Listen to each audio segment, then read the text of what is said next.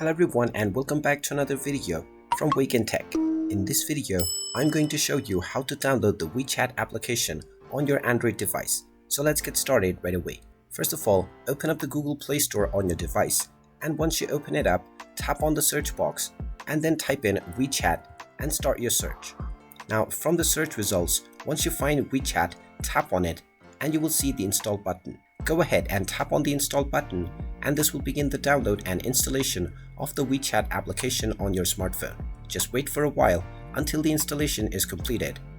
And when you see the open button, you can tap on it to open up the WeChat application. And now once the application is opened up, you can continue with signing up for your new account or logging in to your existing one to start using the WeChat platform right away. And there you have it. That is how easy it is to download the WeChat application on your smartphone.